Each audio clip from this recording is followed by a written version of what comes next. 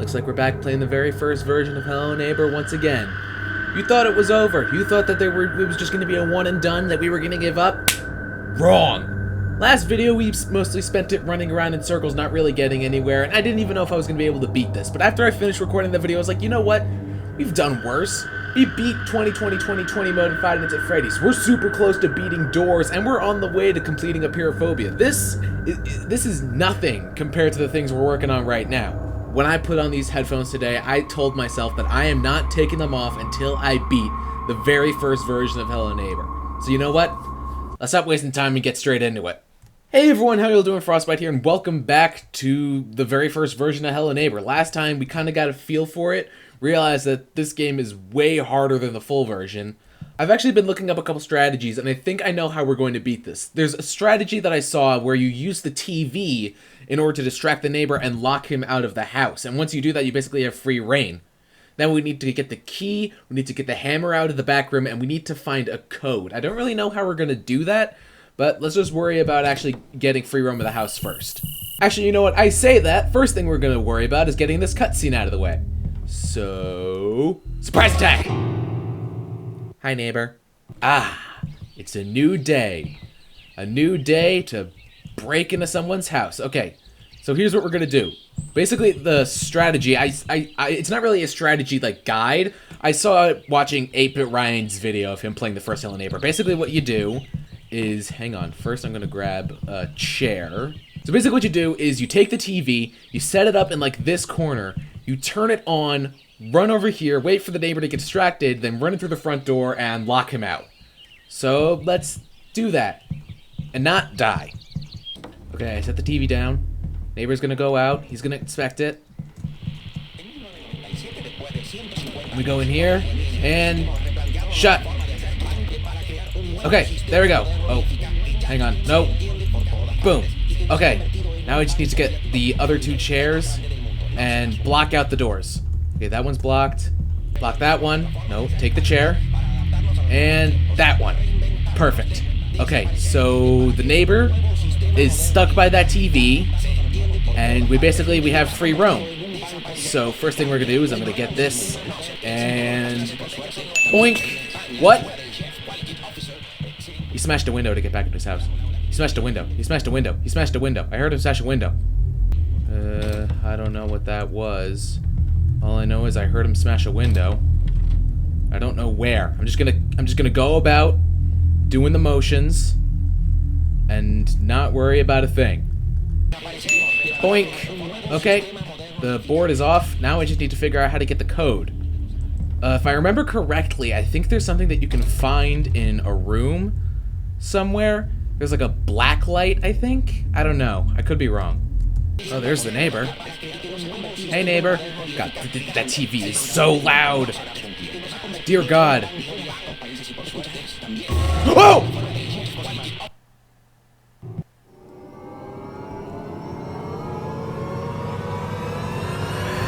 Excuse me?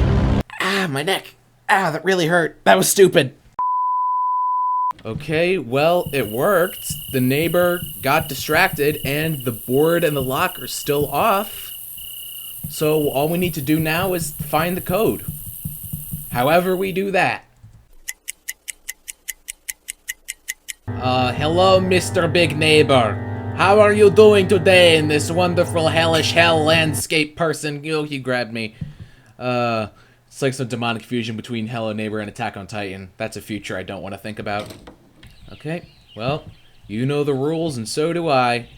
Take the TV, take the chair, and we're just gonna dance this dance all over again. Ooh, wait a minute. Wasn't there a dresser in front of that door before? That dresser was in front of that door last time. So, now this room is open? And there's something on the table. That's it! That's the black light! Okay, so we need to get that, and then the code, I believe, is behind one of the paintings? So, first off, I'm just gonna go back to our house. We're gonna wait until the neighbor is watching TV, so he doesn't accidentally spook us, and then we'll go from there. Hang on a second, I just realized something. So this is our house, right? This is the part of the house we can go through. It's this little room, and this well, I want to call it a bedroom. It's basically a room with a bed in it. But there's this entire other section of the house that we can't get into. So we bought this house, and we can only go into these little areas of it? I think we've been scammed. And I mean, take a look at the other houses around here. They're all way bigger than ours.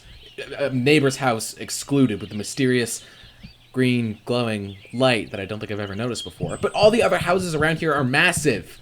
Ours is like, this is like a New York apartment. This is just a straight up New York apartment in Manhattan above Times Square that you're paying $10,000 a week for just to have. I thought that was a frying pan floating in front of the door. It turns out it was just a lamppost. I'm not crazy, I swear. Uh-oh. That's a camera. That's a camera. That's a camera. But it doesn't matter, because I got the black light. I got the black light. Now I just need to not die. I need to find the code, which is probably behind one of these paintings. Ooh! Here it is. 4785. 4785. Okay, now I just need to not die. 4785. 4785. 4785. Okay, I did it. Now. Okay, cue the epic music. It's time to see what was hidden in the very first version of Hello Neighbor. Who knows how much has changed between the very first version and what we got today? For all we know, there could be something completely different. I don't even know why I'm trying to do anything secret. We open the door, and there's nothing. There's no secrets. There's no nothing. It's literally, it's Harry Potter's cupboard. Well, it's actually way bigger than Harry Potter's cupboard, but it's the exact same thing. Alright, you know what? I'm gonna open this up. I'm gonna let the neighbor catch me, because there's one thing I want to try before I say goodbye to this. Neighbor! So we opened the basement door, we saw what was inside, nothing. But before we say goodbye to this game, there's one thing that I want to do, which is take this trash can. Apparently in the older versions of Hello Neighbor, there was a glitch you could do where you could use the trash cans to fly and get outside of the map. So if I find the corner of the map and I put the trash can down, like right there, and I jump inside, and I kind of sink a little bit. If I crouch... Oh! It did something. Hang on. You press crouch, and then crouch. Whoa! That's not the glitch that I meant to do. Apparently, the way it was in the old games, in this version, you could press crouch, and then crouch again, which is control. And then you could press space a bunch of times, and you could just soar wherever you wanted to go. But here, I pressed crouch twice, and I mean, it literally just, it flung me. And if I'm correct, yeah, it flung me outside the map. Joy. Well, while we're here, we might as well look for secrets. There's not a lot here. This is a very strange, flat, dystopian land, but I mean, there's bound to be something worth finding here. That's interesting. Some of these houses don't have colliders. You can go straight through them, but some of them do. Which kind of makes me wonder, in the early versions of the game, did they intend for you to be able to go around the neighborhood? Because that's very interesting. That's something that didn't make it into the first Hello Neighbor, but it made it into the second, which makes me think maybe that was something they planned to implement, but then didn't, but then they decided to bring it back in the second game? I don't know. Yeah, because like some of these have colliders and then some of them don't. That's interesting. I want to see what's on top of the hill. Let's see. Can we go up here? Oh, I see. So beyond our little world, there's nothing but the endless abyss. How did we get here? This strange land. It's literally our house, and then the neighbor's house, and then a bunch of other houses that we can't get to normally. And then, at the end, just the void.